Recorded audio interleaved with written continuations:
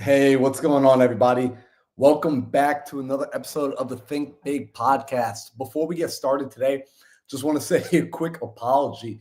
I saw that for the notification, some of you got the notification that we were live an hour and a half ago. I could say April Fools, but real talk, that was just a mistake on our behalf. So I'm glad that you guys are here right now.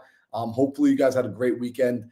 We're going to jump into it tonight. Sam's going to hop in later. I think he's caught up with work right now, but we're going to go ahead and get started. And we're going to be having a conversation, really a bit of a back and forth about the things that I learned from my millionaire mentors. And the reason I'm having this conversation is this past weekend, I was fortunate enough to spend the last few days in San Francisco teaching a room of brand new investors about real estate, about financial freedom, really financial literacy. And it's always interesting when I get to be around people who are new on this journey because every word I have to say to them is so eye-opening. And I sometimes feel far removed from the things I learned in the beginning that I've got to remember to come back and to share the lessons. And Sam just messaged me saying he's going to be running a little bit late. So let's talk about this. So today's going to be a little bit of a different vibe, so bear with me. I was doing some research on this and I wanted to find out some financial stats. So I'm going to be sharing with you guys some financial stats I found about really the personal finances in America right now based on data over 2022, 2023, 2024. But as we jump into it, I want to ask, do me a favor, guys, put in the chat if you are familiar with Robert Kiyosaki, Rich Dad, Poor Dad, the author of Rich Dad, Poor Dad. If you're not familiar with that author, if you're not familiar with that book, I highly recommend you go ahead and you read that book because that book, everyone thinks is a book on real estate. It's a book on financial literacy. And that book is arguably one of the most paradigm shifting books I think anyone can pick up because before you read that book, you get caught up in the what Robert Kiyosaki refers to as the rat race, which is go to work, go to school, get a job, go to work, make money, save up for retirement. Hopefully you retire by the age of 65 and you have enough to live. But that's not the case for most people. Most people, unfortunately, how do I put it? There's a lot of people that get to the age of retirement and they don't have enough saved up. And it wasn't because they didn't have the right opportunities. It wasn't because they weren't earning enough. It was because they didn't understand what to do with money when they got it. They didn't have a financial blueprint that was set for them. So let's talk about, I'm trying to figure out where I want to start with you guys because there's a lot of different directions we can go. But I'm looking down at some of the notes I took here for myself. And the first thing we're going to talk about is I'm going to say financial discipline. And really, when we talk about financial discipline, it's not about how much money you earn. It's about what you do with the money you earn. So most people get into the mindset of thinking that if I simply earned more money, if I made more money this year, if I made $5,000 more, $10,000 more, $20,000 more, I would ultimately solve my money problems. But that's not the case because what happens is there's three type of financial archetypes out there. And my mentor, he taught me this. He said, when people get money, you have to look at what sort of money avatar do you have? What sort of financial avatar do you have? And I wasn't really sure what he meant by that. And he said, well, let me ask you a question. When you currently get paid, what do you immediately do with your money? And I told him when I get paid at that time in my life, what I did personally was I would take my money immediately. I would go to the bank right after work and I would deposit pretty much 90 to 100% of my paycheck into my bank account. I would save it and I would walk away. He said, good. And he said, how much do you spend? And I said, I don't really spend much. So he said, all right, you actually have a healthy financial avatar, but now you're kind of level one. We got to bump you up to level two because you're just a saver and you're never going to be able to save your way to wealth. I said, well, what are the avatars and what does all that mean? And he said, well, what happens is some people, when they get paid, no matter how much money they earn, whether it's $10, $100, $1,000, or $2,000, they will end up spending more money than they earn. And so these sort of people, they live and they operate from what we call a deficit. No matter how much money they make, they always manage to spend more than they earn. And this is where you've got to check with yourself right now. Ask yourself, do I operate from a deficit? A quick way to know is each month or bi-weekly, however you want to measure this, do you spend more money in a week? Do you spend more money every 2 weeks? Do you spend more money every month than you bring in? Are you making $4,000 but spending 5,000? Are you making $100 an hour but you spend on average $110 an hour?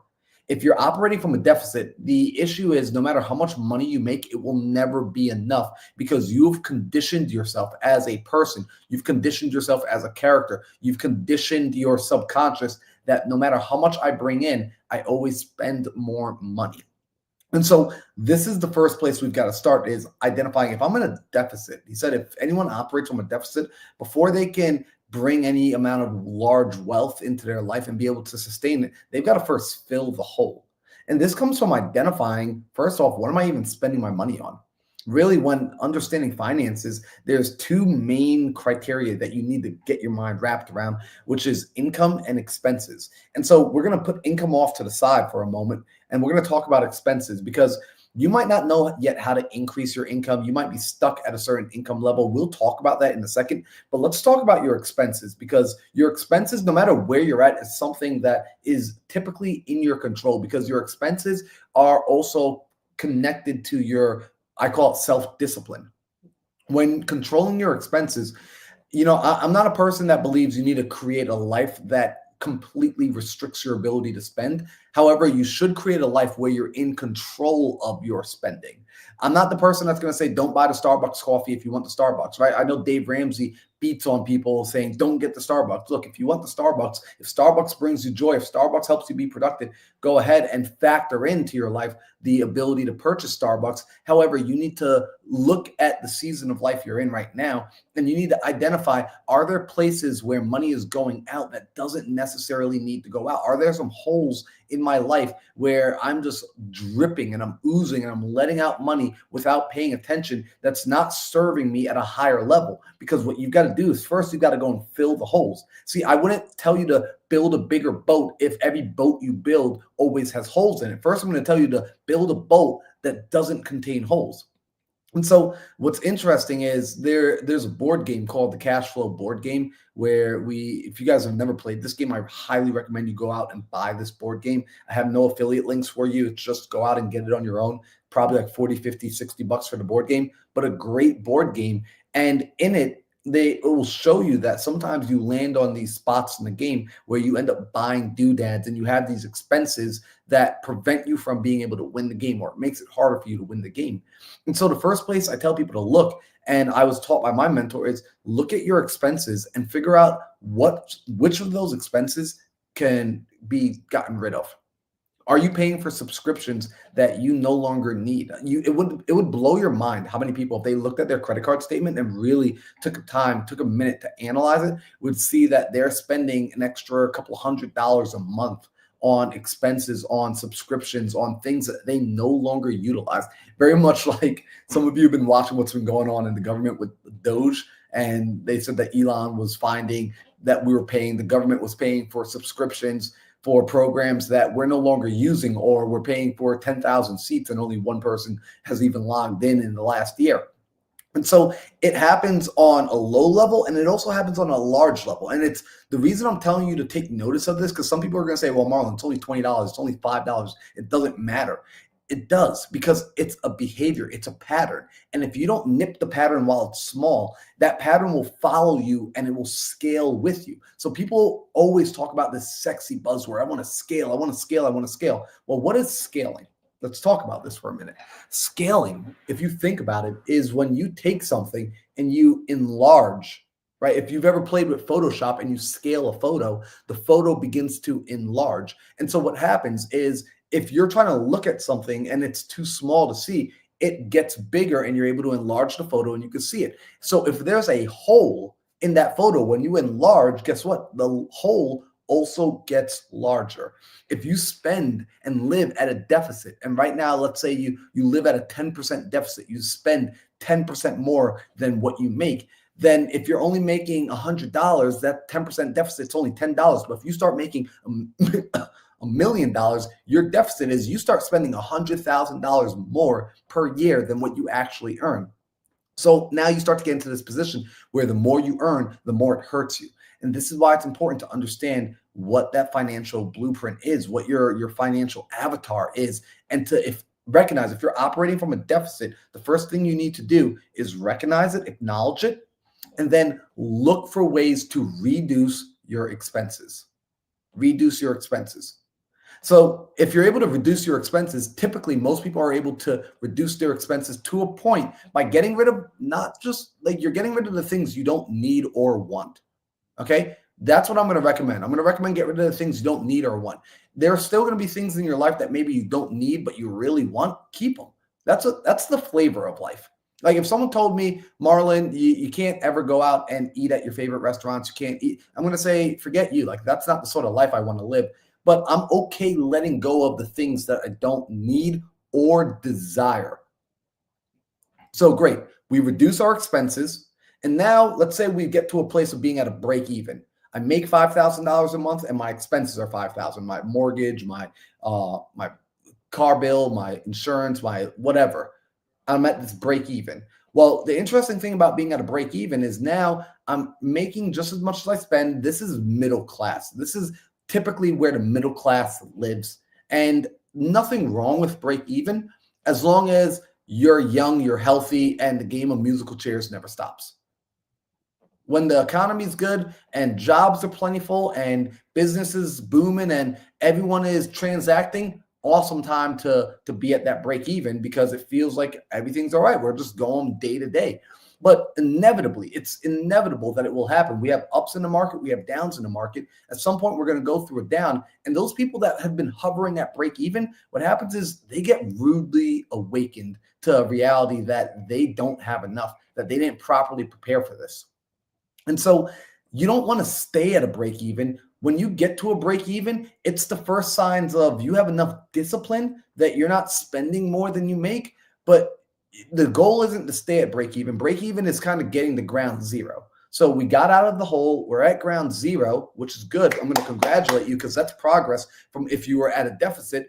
But now we want to be exponential. We want to operate from a surplus. We want to go above ground zero. And so what that looks like is becoming a person that you make more than you spend. And hopefully you make more exponentially. And so the way we do this is we start to then look at our income. See, the interesting thing about when you have expenses, your expenses can only ever get so high. Well, they can grow infinitely, but you can only reduce your expenses so much to the point where eventually you hit zero. I want you all to think about this from a logical standpoint. At some point, you can only lower expenses so much. This is why I don't over stress on lower the expenses like drastically. It's get rid of the unnecessary, get rid of the things you don't desire, keep the things that are necessary, keep the things that truly speak to who you are as a human. And you're going to have expenses in your life. You're going to have liabilities. Accept it. It's a part of life, right? But then understand if I try to reduce every expense, at some point I can only get to $0. Great. If my expenses were at 4,000, now I'm at zero. I make an extra 4,000. I am now tapped out on how much I can improve in the expense aisle. But my income, what can I do with my income? I can also increase my income by 4,000, or I can increase my income by 8,000, or I can learn to increase my income by 100,000, or I can learn to increase my income by $250,000. I can increase my income by 7 figures. And so the ability to have a rise up, to have a 2x multiple on income, a 5x multiple on income, a 20x multiple on income, it's unlimited when you look at it from that standpoint. So you're able to grow something in the positive infinitely, and you're able to only reduce in the negative in a finite manner. And so what I start to tell people is when you learn how to operate from a surplus and you've now conditioned yourself that no matter how much I make, I always spend less than I make. I'm now operating from the surplus. Then we graduate to the next position, which is then how do I multiply my income? How do I increase my skill set so that I can earn more? And this becomes the mission. This becomes the game. This becomes a part of the financial literacy. Now, this takes a bit of financial discipline because, again, if you just jump to the I'm going to earn more, I have friends who have done this. I have guys who were in their 20s, young guys. They started earning a ton. They were in sales, solar sales, door-to-door sales, start making money hand over fist. But because they didn't work on this financial blueprint, all the money they made, they ended up spending. And then what happened was, as time went on, they eventually got burnt out of the job that they were doing, because it's inevitable that when we find something, it's new, it's exciting, we're in the honeymoon phase, we're learning, we're progressing, we go all in. And then at some point, our skills maybe start to plateau. We were only in it for the money, or we were only in it for a certain handful of reasons. And those reasons have been satisfied and desired. And we no longer have the same drive to keep pushing at it. And so then we start to pursue something else. But on that pivot, we realize, oh, shoot, I can't pivot, because what happened?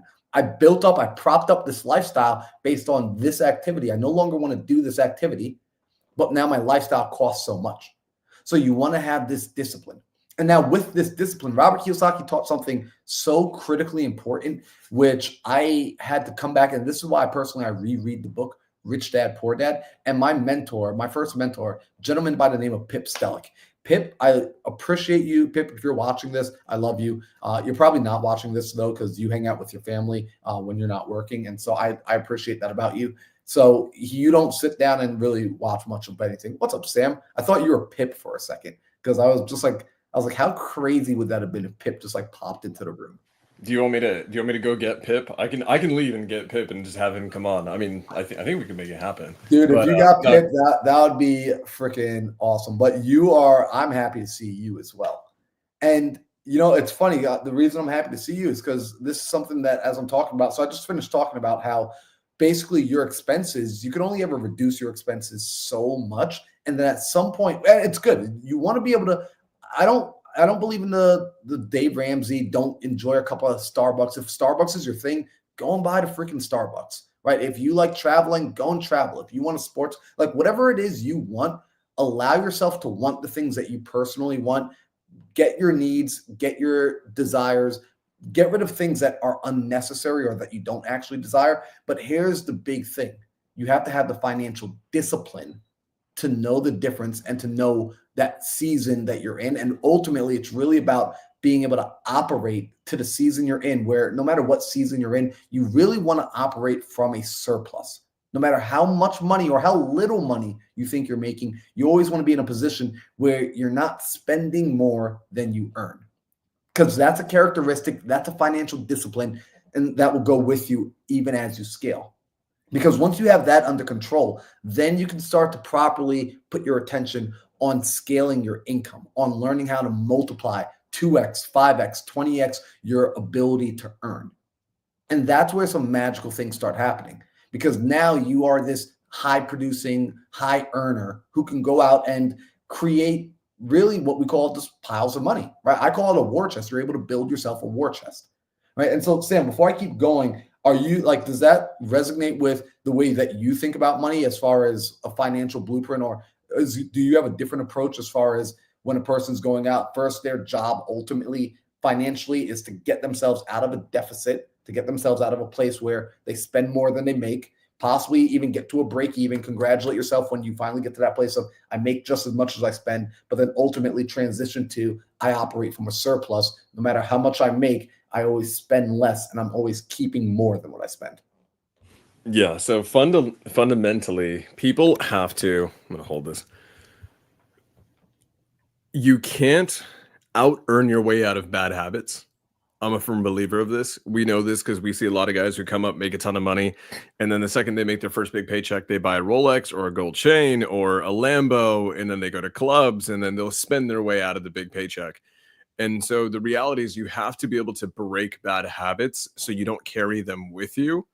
And I did a Q&A. I haven't responded to a ton of the questions yet, but one of the questions I got in my Q&A is, now that you make a lot of money, because I'm at a point in my life, guys, where like I'm at a point in my life where I can retire right now and probably not have to work for the next couple of years minimum, and not be restricted in my lifestyle, like go out and eat out every night at like a 4 or 5 star restaurant if I want to. And so, they're asking, it's like, now that your life, you've had a materialistically changing amount of money come in, is it good? Is it bad? What do you think? And here's what I've realized. Materialistically, your life can change if you make a ton of money, but if you bring the bad habits with you, trust me, the material change it's not gonna last. It's not gonna be sustained. And so my firm belief is you have to break the bad habits first so you don't bring your demons with you along the way. But that isn't, in my opinion, an extremely difficult thing to do. It requires a very low level of discipline, in my opinion, to just not spend all of your freaking money on shit you don't need. But once you've broken that habit, I despise entrepreneurs who think that they will save their way to wealth, who think they will save their way to financial freedom or financial independence or any, like, unless your financial independence number is like $1,500 a month, sure, you can probably save your way to that. But if you want to have a wife and 3 kids and have 2 cars in the driveway that are half decent cars and send your kids to school in 2025 and then beyond with inflation, you need to be able to earn. Like, earning and developing a skill stack that increases the amount of money coming into your ecosystem is more important than trying to mitigate the amount of money that goes out. I think at some point you have to make that transition between we're going to break our habits and we're not going to spend so frivolously. That's really kind of easy. Let's just not spend 20 grand a month on stuff we don't need. And trust me, you don't need to spend 20 grand a month. I would say Brandon Turner from Bigger Pockets, you know him, Beardy Brandon. Yeah, I love that. He did an episode with Ryan Pineda and on Ryan Pineda's podcast, and Pineda talked about this too. I think Brandon Turner, who lives, I would say, probably a little bit extravagantly with how much he travels and the luxuries, and he also lives in Hawaii. That man has thousands and thousands and thousands of rental properties and assets, and one of the biggest brands in the history of this industry, probably up there, if not one of the best. And his total monthly expenses are like 60 grand. And like, you'd expect someone like him to be like 100,000, 250,000 a month with his lavish lifestyle. Even living in Hawaii, it's like 60K. I think Ryan Pineda, if I remember correctly, it was like 20 to 30K on that podcast episode. And that's Ryan Pineda, who runs, these massive businesses and, seems like he lives an extravagant lifestyle.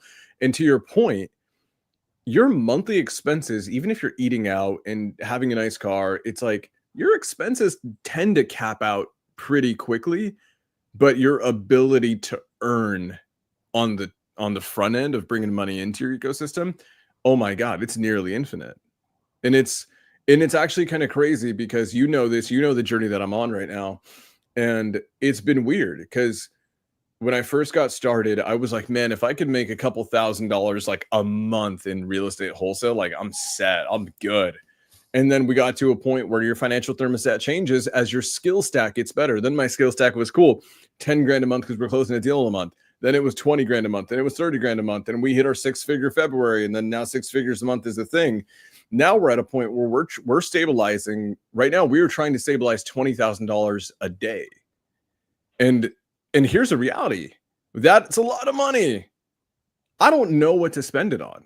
Like, to your point earlier, it's like it's very difficult to spend that amount of money. So I think it becomes very easy to cure that habit issue and then immediately pivot to let's work on the skill stack and let's focus on the thing that drives the real change, which is income generating skill sets. What's funny too, continue. as you said that, something that clicked in my brain is I think what happens with people is they get caught up, they get distracted actually with spending versus earning. And what's interesting is I'm one of those people that I believe you're either moving in one direction or the other, right? Like you're either growing or you're dying, you're moving forward or you're moving backwards. And so with you, for example, you're so focused because you really don't spend a lot, right? Like you and I, like we'll spend money on experiences and that's about it. Like outside of that, like we just don't go out. Like we're not hanging out at the mall every weekend. We're not shopping. We're not just on Amazon binge buying. And when I think about the people that do get stuck, I do find that they have a tendency and a habit of spending. And so you're right. It takes a very little bit of discipline in order to get to that point. And so then the next level is you do start to increase your capacity to earn. And this is where people should focus on. And guys, the reality is there's a million and one ways to earn more. In fact, last week I enjoyed our conversation with Stratton because he brought back to light, to the top of my mind, the idea that if a person's going to do something, it's really simple, that ultimately make up your mind on whatever it is you're going to do. Decide that you're going to be the best at that thing that it is you're pursuing. to actually set out and say, you know what, this is the thing I'm pursuing. I want to be the best at it, because the best is always going to be protected, regardless of what the economy is doing. The world always has a place for top producers. And so I'm interested with you to know, when you're looking at your financial thermostat raising, right? As your skill set raised. You said, hey, at first I was interested in just earning a few $1,000s. Then my skills popped up, and then it was like 10,000, and then more and more and more. What was one of the catalysts for making that raise happen, for making that thermostat change for you? So it's funny. If you look at my monthly expenses from now to when I was doing, let's say, a deal a month, right? 10 grand, 7 to 10 grand a month, 2.5 years ago, to like now where we do up to potentially usually close to like 20 grand a day.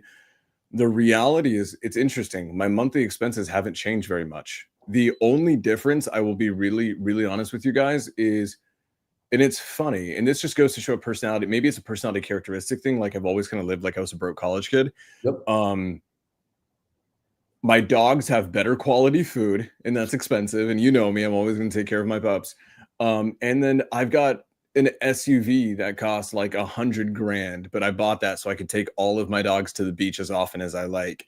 And outside of that, fundamentally, like, still in the same house. I didn't go buy a mansion. I didn't go buy a Lambo where my monthly cost on that's like 4 grand a month or anything like that.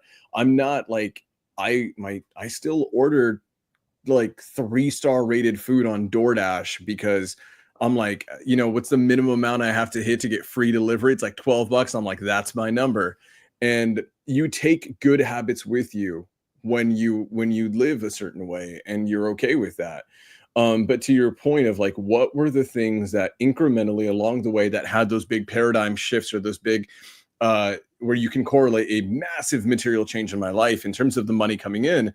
I'll say this. I've become obsessed with the word skill stack this past year. And a skill stack just means, it's like, what stack of skills do you have? And every skill that you have has a leverage. And you've heard me say this on stage a million times, is leverage multiplier. Every skill that you have has a correlating leverage multiplier attached to it. So I'm going to put this into perspective for you guys. If you're a great sales rep or a salesperson, and you've got an amazing sales skill set, and you can get on the phone and close a seller, you can make $15,000 doing that a month, if not more. Awesome. But your leverage is still 1-to-1. I pick up the phone and like, I close that deal, or it doesn't happen.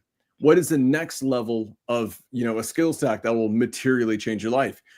It's the ability to learn how to bring on someone else and give them your skills and help them understand your skills.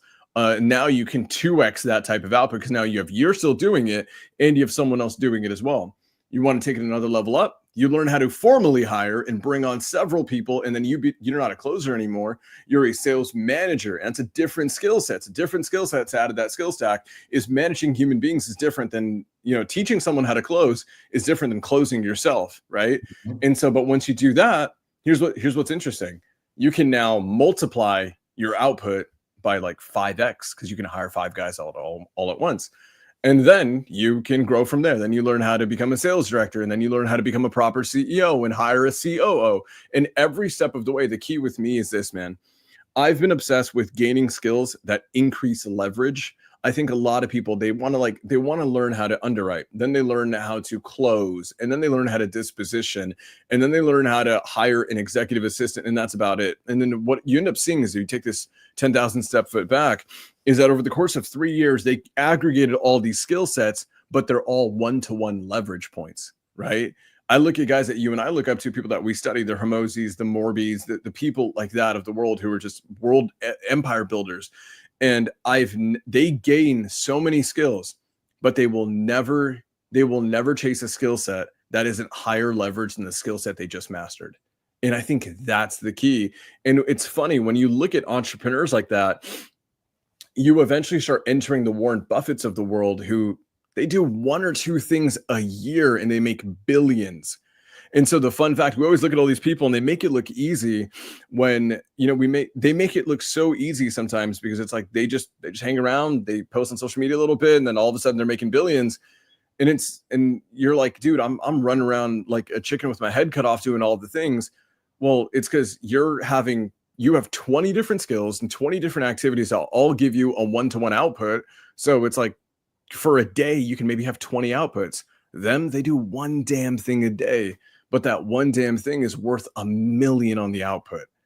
And I think that's the game, man. It's increasing leverage through your skill stack. It's a really abstract thing to articulate, and I wish I had more time. I wish you told me that question like a week ago so I could think about how I wanted to address that. But I hope that No, made dude. I some mean, sense. you did a perfect job talking about that because leverage is it's ultimately what allows us to my layman's term is you put the same amount of effort in and you get much more out. Or in the best case scenario, you're putting even less in and you're getting even more out, which is arguably what we want with everything we do as investors. And so something that when my first mentor Pip, he kind of broke this into my brain because I was so obsessed in as a young man with the idea that the only way for me to create wealth was to just somehow figure out how to simply only earn more money. And then I started earning more money. And I was reminded, thankfully, that along with earning more money, at some point, the money is a tool to actually get the thing that will increase my wealth, which is owning assets. And so this is one of those things that I try to remind people that the nature of the game is to eventually come back and to have equity. It's to own assets. It's to own things that produce money for you. So, Sam, if you guys were listening, he just said he learned higher leverage skills. And as he's talking, my brain's like, yeah, all the higher leverage skills you're describing right now are essentially all the things that allow you to build a business. And a business, by definition, a true business at least, is an asset. It's something that you as an owner can possess. It can be on your balance sheet, and it prints money for you with or without your involvement. That's the true essence of a business. Right now, most of us are out there building what we think is businesses, but then when you look at the reality of what you're designing a job, a high-paid job, but that's to the point of Sam's, you're picking skill sets that are only a one-to-one leverage. There's no leverage on it. When you start to acquire assets, that's where your wealth starts to truly increase because now you're getting the thing that they say money can't buy, but it actually can, which is your time. When you can separate your time from money, in my opinion, that's when you actually start to win the game of money and you gain what we call financial freedom. You're outside of the rat race.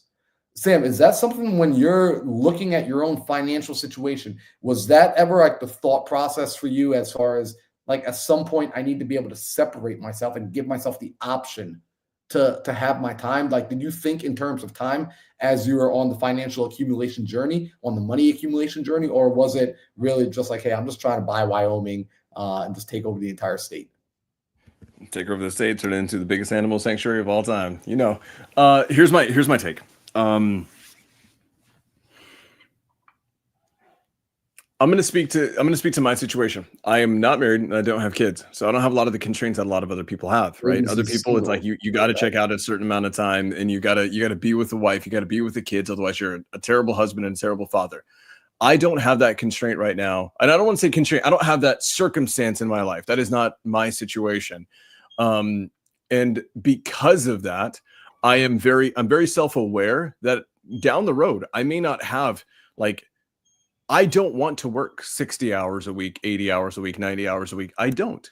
But 5 years from now, I may not have the ability to, right? And still have a healthy relationship with my wife and my kids. And so I'm very aware of the fact that I'm in a season of my life where I'm young, I'm reasonably healthy, and I don't have a lot of other circumstances that other people do that prevent them from putting the work that I have. It doesn't mean that I just work on one-to-one shit all day, every day. No, I am still going to work on my skill stack, work on high leverage stuff, and do as many of that as humanly possible before the day is up. And so I could step away to your question. I have absolutely focused on things that get more out of not just my time, but I can remove myself completely, and it's not me fulfilling on it. And then therefore, it unlocks this keyword that we care about. It's called scale, guys. Scalability is is unlocked fundamentally when it's someone else doing it. Like that is the magic unlock. You can start having a scale discussion when you start bringing in other using other people's time and processes and resources to work on your behalf for you without you actually doing it. And so for me, I absolutely can. I can step away, and a lot of people can. It's actually you're not super far away from making 10 grand a month and not having to do very much to get it done, especially if you know how to delegate properly. But the thing is this, I'm also very aware that right now, like I've got no excuse. I would just be being lazy if I decided to just step away, not use my time, and just coast at the numbers that I'm coasting at. I'm like, nah, dude, I got a state to buy. But to your question, I have relentlessly been obsessed with how to get stuff done, how to get the output. Here's the key without my input. I've been very obsessed with that specific formula. Now, once I figure it out, I'm just going to go figure out how to get more output for their inputs. How long have you been thinking like that? I I had that revelation on the back end of a six-figure February. So everyone that knows the story of Marlon and me, we both hit our first ever six-figure month, the exact same month. It was February 2022. Yep. I was 4.5 months into the game, and I had to pound the phones probably 60 to 80 hours a week.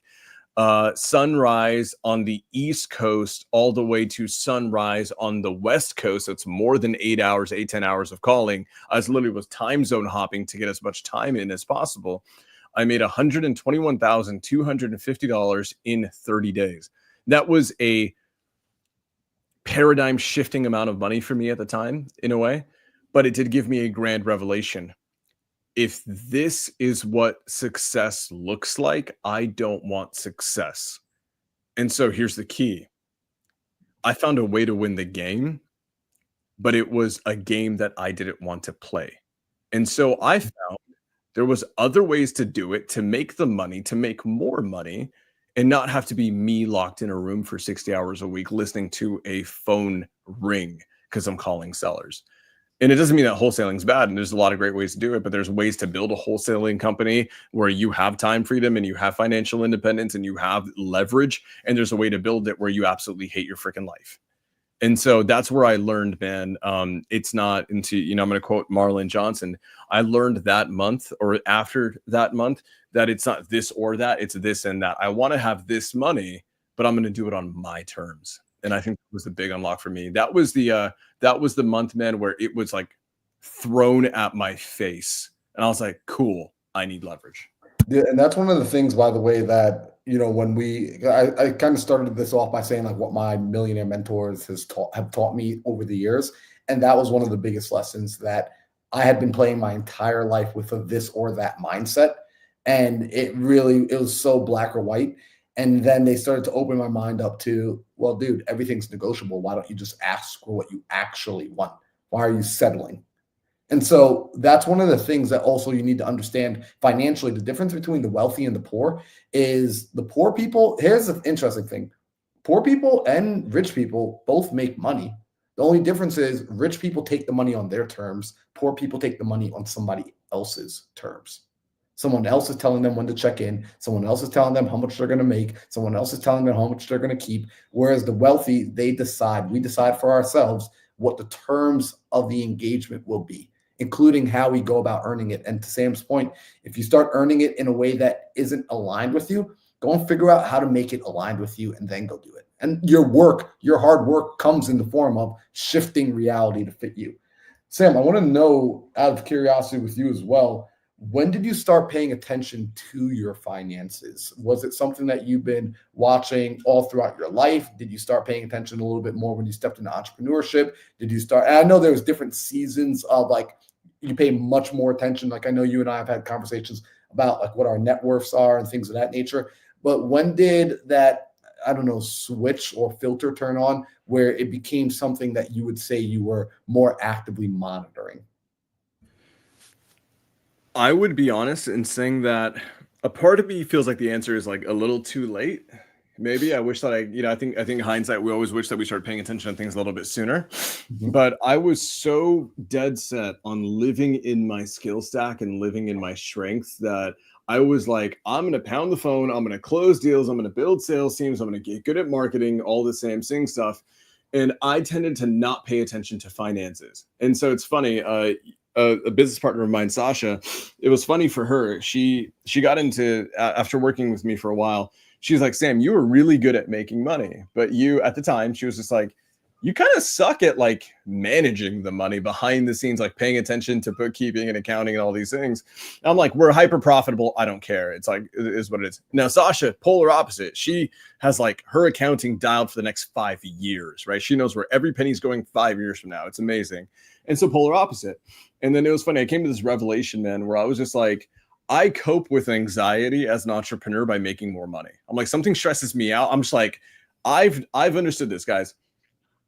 99% of problems that you run into an entrepreneur in life, you get a speeding ticket, money solves it. You get an issue, like you file your taxes late, you're going to get a fee. So the answer, money solves it. So I lived in my superpower for such a long time where I'm like, I'm just going to go make more money.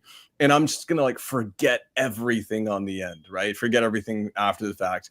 And so I focus so much on revenue generation and making as much money as humanly possible. And here's the reality for where we're at right now. This past year and a half, I've become obsessed with enterprise value, my net worth. I've been obsessed with valuations of businesses because, like, guys, like I've said this on this podcast, like I'm still in my 20s. Like if I go out of this life and I haven't become a billionaire before the end of it, like I effed up somewhere, some way, like I got lazy. And when you start making those, it's one thing to say that online. It's another thing to understand, cool, like that is an actual possibility, but you have to look at things very specifically in a very unique, intentional way.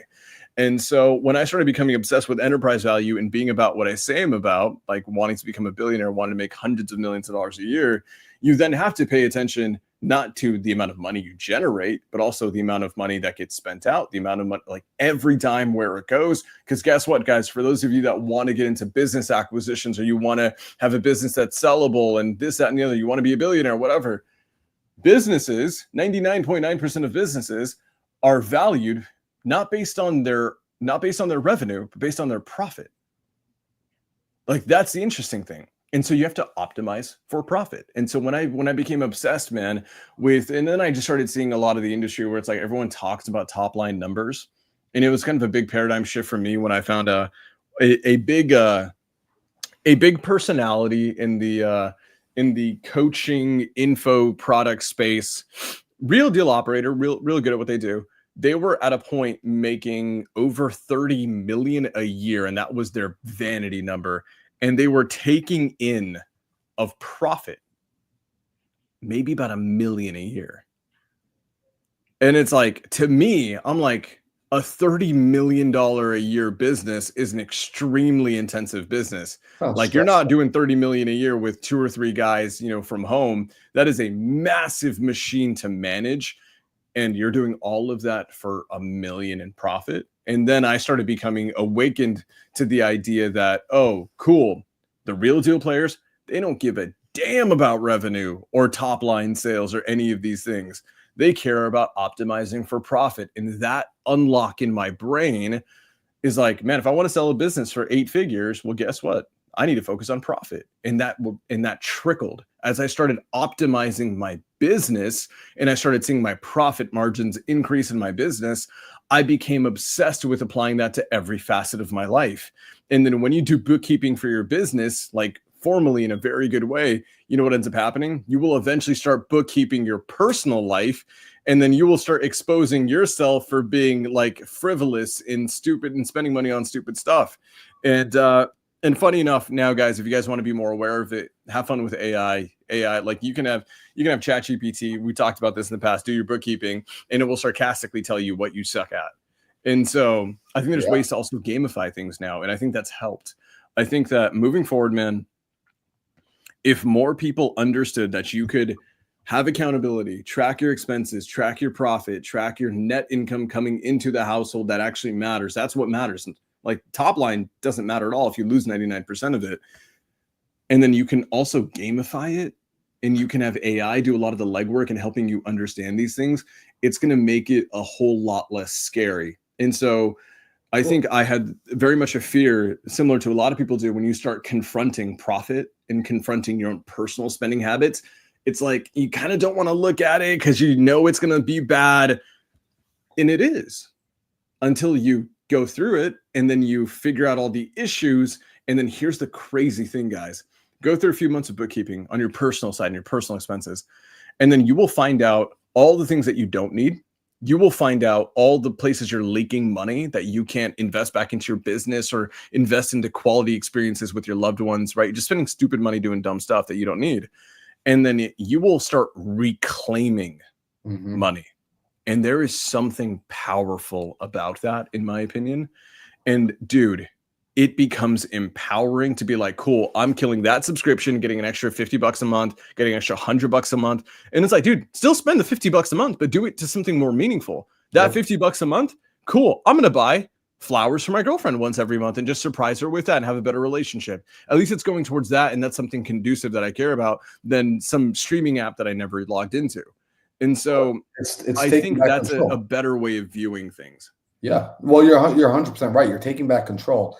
And earlier too, you said, when I asked about the tracking, you said, yeah, like, I wish I started tracking the money sooner.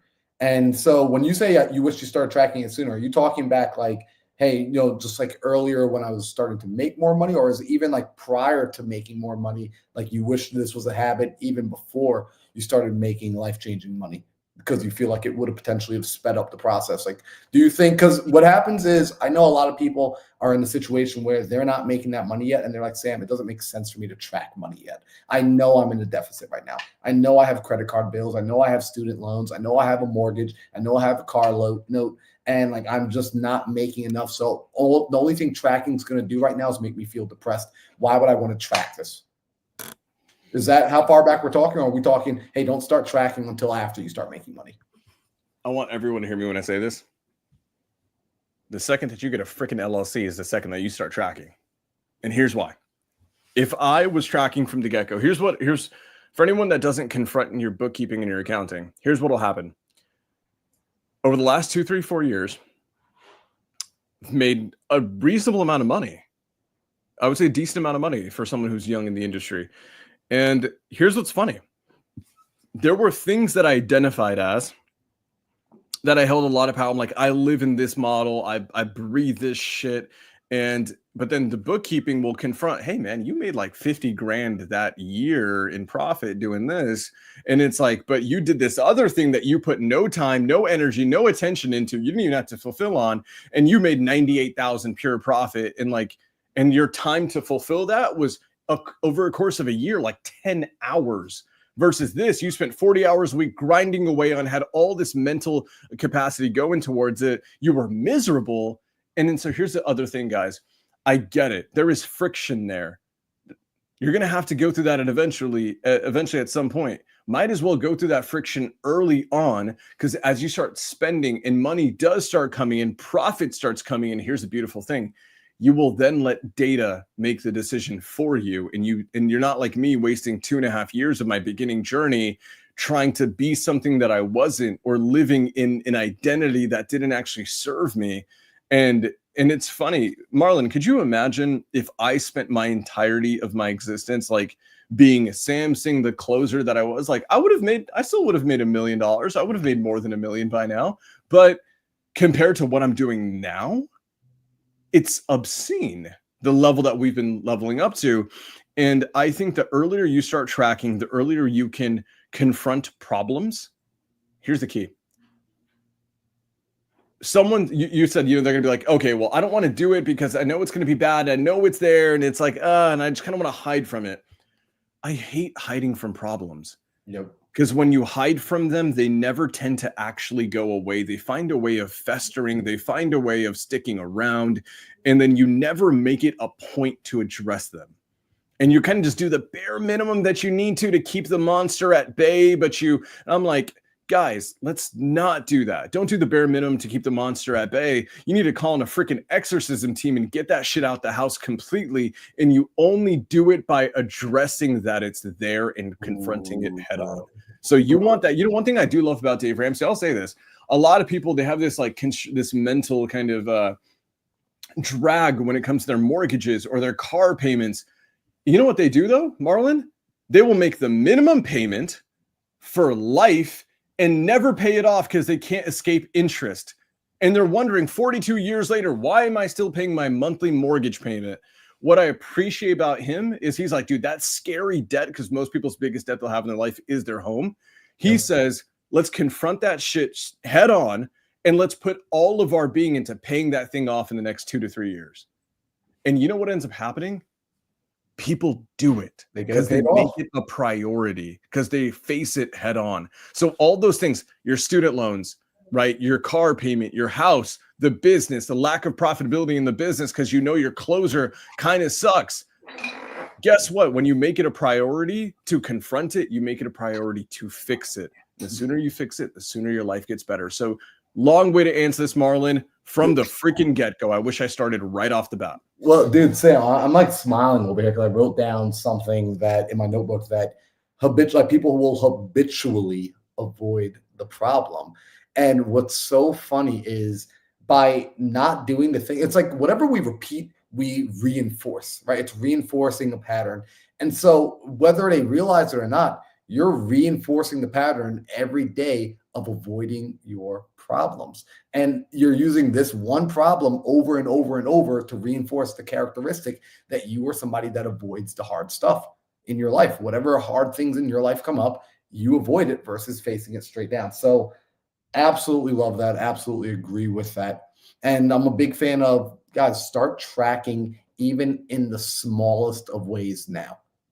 Even if it's just you're tracking pennies. I promise you, if you start managing the pennies, this starts to put you in position to be in charge of the large amounts when they do come along. Because I mean, just imagine this for a moment. You're about to bring somebody onto your team and you're building this amazing, awesome 8-figure, 9-figure business. And this person, when you have a conversation with them and you ask them about how they manage their personal finances, they just say, well, I don't really know where it all goes. What do you mean you don't really know where it all goes? Yeah, just I don't know. Are you going to hand over the keys of the kingdom to that person? Or are you going to hand it over to like someone like Sasha? Sam mentioned Sasha, where this girl has it tracked out 5 years into the future. In fact, I had a client that came to me and I was so impressed with her, right? So impressed, where she told me, she was like, yeah, actually, I've been doing this business for a while now. I already have enough money for the next 2 years of all my living expenses, down to my groceries, my rent, my school loans, everything. It's already escrowed away essentially for the next 2 years so that I can give this business whatever it needs. I already have a marketing budget planned out for the next 9 months. By the way, she listens to the Think Big podcast. That's how she knew to have a marketing budget. So she already had a marketing budget for the next 9 months. She had everything ready and she essentially put herself in a position to succeed. Do you guys think she's doing well? If I told you nothing else about her business, if I told you nothing else about her life, I just told you this is how she is prepared. She has positioned herself to this point of being this well prepared to tackle whatever journey she takes on next. You're going to be like, yo, that's a person that's going to absolutely crush it, because that's a person who's in control of their current situation. It's not about the size of their current situation. It's the person who's in control of their current situation. That's fire. So y'all really want to start thinking about this when I'm promising you that when you start to discipline yourself financially, you're going to start to see everything around you change. And the amount that you will start to earn will also, it will become it's almost impossible for it to not grow and increase as you start to gain this level of control over your finances. And quite frankly, it's over yourself. So, dude, Sam, it's really funny to your point on that. When I started religiously checking, and like, guys, net worth is a very kind of fluid thing, because it's based on a ton of different things. There's a ton of different variables that move and affect your net worth. And this is why, just so you guys know, don't Google someone's net worth. It's never right. Google has no way of knowing. Your net worth changes. Like when you're big enough, your net worth literally can change drastically, literally every single week. So don't do that. But when you start religiously paying attention to how valuations of net worth are done in enterprise value in businesses, in assets, and personal wealth, you then start confronting it a lot more. And fun fact, dude, about 3.5, I'm going to be November will be my 4-year mark in the industry this year. And as an entrepreneur, which is epic, I started paying attention to my net worth about a year and a half ago. Yep. And before I did that, my focus was always on money and making the next check. When I started focusing on enterprise value and net worth, I then started focusing on bigger picture stuff. And what's funny is that my net worth has exponentially increased, like disgustingly increased over the last year and a half. And it was because I confronted net worth right off the bat. And when I started, my net worth sucked. Because I was doing well as a wholesaler, but guys, like wholesale companies don't have enterprise value. It's like they're only worth the profit they bring in. And it's like if you run a big enough wholesale company after commissions and expenses, they're not massively profitable businesses. And so I was like doing 10 deals a month at the time, 10 to 15 deals a month, and also roughly around that range. And then I did a full-scale net worth study and I confronted the numbers, and like you actually own up to the fact that, yeah, like you're doing 10 deals a month, but with expenses, it's like you may be running a 30 to 35% profit margin. Like if you've got an okay business. And after all that, I was like, damn, I had this ego of like doing 10 to 15 deals a month, but I'm like, oh, but my net worth still sucks. Yep. And you had to confront that. And once you confront it, you then start looking at things a little bit differently. And then ever since I started paying attention to it, every quarter ever since, my net worth hasn't like doubled or tripled. It's exponentially grown, I think. And what was funny is that after I started paying attention to my net worth, within 4 months, I officially became a millionaire. And then within like 2 months of becoming it's weird, guys, because remember, as you grow as an entrepreneur, your leverage increases. So you get more output for the same or relatively the same input. And within a couple months of becoming a millionaire, which I chased for like 3 years, like 2.5 to 3 years, I became a multimillionaire, like seemingly overnight. And that was different. That was like the weirdest thing. I actually went on Stratton's podcast after that happened. And I was like, bro, this is weird as shit. And it's like, because I spent 3 years or 2.5, 3 years chasing becoming a millionaire, but it's like, damn, what if I paid attention to net worth from the get-go? What if I paid attention to these things all from the beginning? Could I have done it in a year and a half? Could I have become a multimillionaire in 2 years? Potentially. But I wouldn't know if I didn't start tracking and making it a priority. Yeah. Well, you know, it's because what happens is we don't realize that we have a goal, but sometimes we're playing the wrong game to get to the destination. We're just like we're on the wrong bus. We're riding the bike in the wrong direction, and we don't even realize it, right? So it's like we think only in terms of how much effort am I putting in, but it's how much effort and in what vehicle. And so I love this conversation. I'm hoping that you guys got value from this kind of conversation, because really and frankly, this is, in my opinion, the sort of conversation that we should be having like around dinner tables, right? Like inside of my house, these are the sort of conversations that we have nowadays. I've introduced these sort of conversations to my family when I hang out with my mom and my brother at Christmas now. These are the sort of conversations, among others, that like we talk about this now. It's something that we want to make sure you're on the right boat, you're around the right people who are also thinking like this, which is why you guys come to the Think Big podcast. But Sam, I appreciate you for having this conversation with me. I appreciate the audience for showing up today, as they always do. But guys, we're at the top of the hour. So here's what I want. I want for you guys, if you got value from this conversation, let us know by doing 2 things. I want you to tag us on Instagram that you watched this episode and that you had some aha moment, that you had some epiphany moment, that this conversation is one that you're thinking to yourself, man, I wish, this is how I know you like that we did a good job. You watch this and you think to yourself, damn, I really wish my mom was watching this with me. I wish my brother was watching this with me. I wish my girlfriend was watching this with me. I wish my best friend, I need to have my business partner. We need to have a conversation like this about what are we actually building? Are we just trying to make another dollar, or are we trying to build our net worth? Quick little side story. I had, Duran. Duran and I sat down last time he came out to Phoenix, and that we literally sat at dinner, and he was like, hey, the question I ask myself every single year at the beginning of the year is, what do I want my net worth to be by Christmas?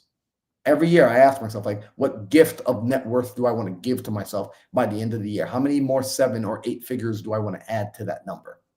And so make sure y'all are having that conversation. So the first thing is tag us. Let us know that you got value from this.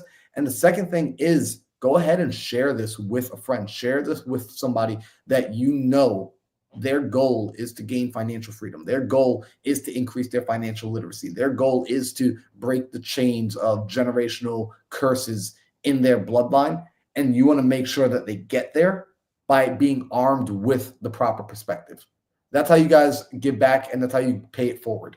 So, guys, we will be back next week for another episode. Sam, you got any closing words for the folks? Yes, I do. All the stuff that y'all are afraid to confront because you feel friction and hesitation, and it makes you feel like this tight feeling in your chest. I swear to you, confronting that shit is going to be the stuff that changes your life. Nothing else. I love that. And I just saw before I bounce out here, Luis asked any suggestions on expense tracking apps. Luis, I use a Google Sheet. I don't know if Sam uses anything fancy. Like when I started using a Google Sheet, the thing was I just started using it consistently. That was the biggest thing because I had apps before I downloaded in the past and they looked really cool. I used them once or twice, but I wasn't consistent with it.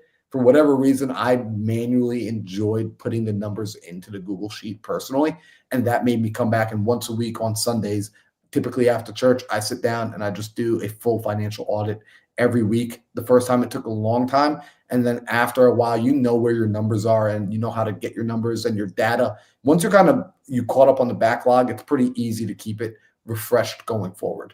So Google Sheets for me. Sam, do you use anything special? We use tons of stuff, but if you're just getting started, I recommend Google Sheets or just Excel in general because it's boring, it's ugly, it's monotonous, but guess what? You need to develop the discipline of sitting down and confronting the numbers and letting the numbers be the numbers. Later on, you can look into gamification through just mobile apps, and there's like a new freaking financial tracking app every 5 minutes that integrate with all your subscriptions, this, that, and the other. They're fancy and they're fun, but I want you to focus on the discipline stuff first. And as you grow your businesses, and depending on the type of businesses that you have, you'll use different things. But for right now, stick with Excel. Easy. Love it. All right, guys, we love you. We'll see you back here next week for another episode of the Think Big podcast. Peace out, y'all.